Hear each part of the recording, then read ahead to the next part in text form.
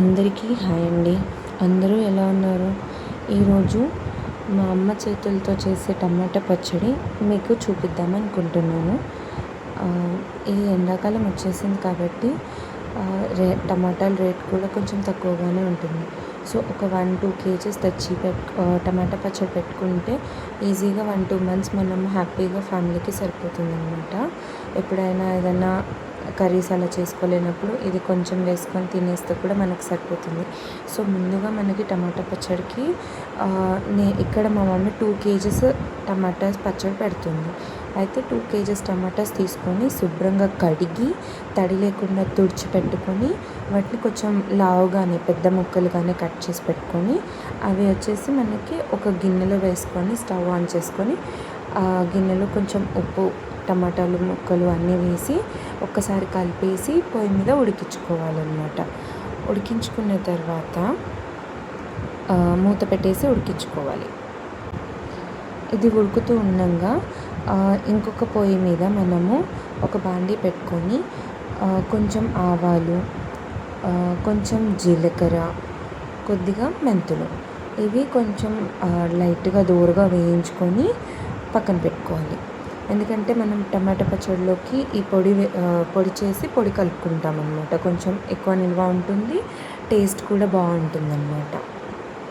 అయితే ఈ టమాటాస్లో glycemic index అనేది తక్కువగా ఉంటుంది. సో ఈ టమాటా పచ్చడి షుగర్ పేషెంట్స్ కూడా తినవచ్చు. మంచి హెల్తీగా చేసుకుంటే మనం ఇంట్లోనే చేసుకుంటాం కాబట్టి ఇది కూడా డైట్లో ఇంక్లూడ్ చేసుకోవచ్చు అన్నమాట.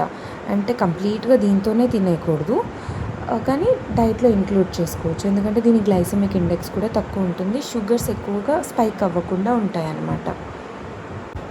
ఆ తర్వాత కొన్ని వెల్లుల్లిపాయలు తాలింపులో వేసుకుంటాం కదా, దానికోసం కొన్ని వెల్లుల్లిపాయలు ఒలిచి పొట్టు అదంతా తీసేసి ఒలిచి పెట్టుకోవాలి. సో శుభ్రంగా అన్ని పొట్టు తీసేసి శుభ్రంగా ఒక కప్పుడన్ని వెల్లుల్లిపాయలు తీసి పెట్టుకోవాలి. ఆ తర్వాత ఒకసారి మధ్యలో కలుపుకుంటూ ఉండాలి. టమాటాస్ ఉడికాయ అడుగంటకుండా మధ్యలో ఒకసారి కలిపి పెట్టుకుంటూ ఉండాలి. ఆ తర్వాత టమాటా పచ్చళ్ళకి కొంచెం చింతపండు కూడా వేస్తాం కదా, సో ఆ చింతపండు నార, పీచు, ఇత్తనాలు అలాంటివి ఏమీ లేకుండా నీట్గా శుభ్రం చేసి పెట్టుకోవాలి.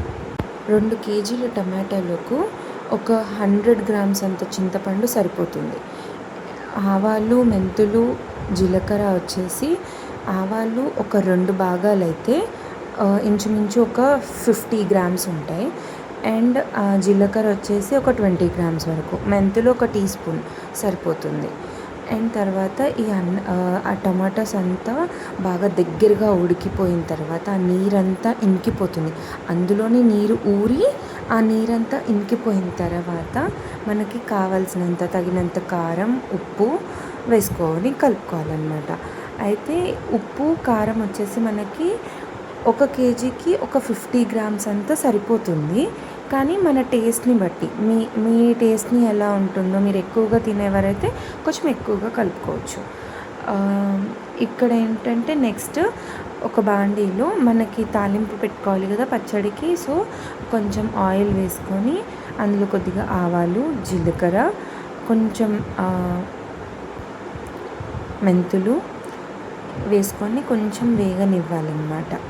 ఆ తర్వాత ఒక 3-4 ఎండుమిర్చి వేసుకోవాలి. తర్వాత ఒక గుప్పెడంత కరివేపాకు, కొంచెం మనం ఒలిచిపెట్టుకున్నాం కదా ఆ వెల్లుల్లి, అవి వేసుకొని కొంచెం కలుపుకొని పక్కకు దింపేసుకోవాలి. ఆయిల్ కొంచెం హీట్ అయితే సరిపోతుంది, బాగా మసలాల్సిన అవసరం లేదు. ఆ తర్వాత ఇదంతా ఈ తాలింపు మిశ్రమం అంతా కొంచెం చల్లగా అయిన తర్వాత కొంచెం ఆయిల్ అదంతా గోరువెచ్చగా అయిన తర్వాత పచ్చడిలో కలుపుకోవాలన్నమాట.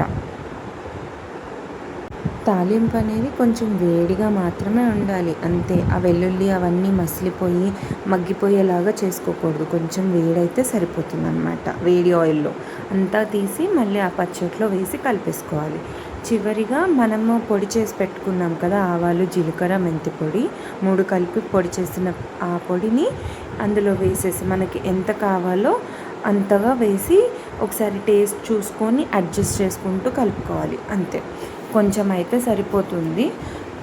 నేను ఇందాక చెప్పిన కొలతల ప్రకారంగా అయితే అది సరిపోతుంది. మీ అందరికీ తెలుసు మా పాపకి టైప్ 1 డయాబెటీస్ అని చెప్పి. సో తనకి ఈ పచ్చడి పెట్టడం వల్ల ఆయిల్, సాల్ట్ ఉంటుంది అని చెప్పి ఏం అంత ఇబ్బంది పడాల్సిన అవసరం అయితే లేదు. ఎందుకంటే నేను ఇది డైట్లో ఇంక్లూడ్ చేస్తాను. అది మెయిన్ డిష్ అవ్వదు కాబట్టి షుగర్ స్పైక్ అవ్వదు. తడి లేకుండా ఉన్న ఎయిర్ టైట్ కంటైనర్లో స్టోర్ చేసుకుంటే సరిపోతుంది. కావాలంటే ఫ్రిడ్జ్లో కూడా స్టోర్ చేసుకోవచ్చు. Thank you for watching my video.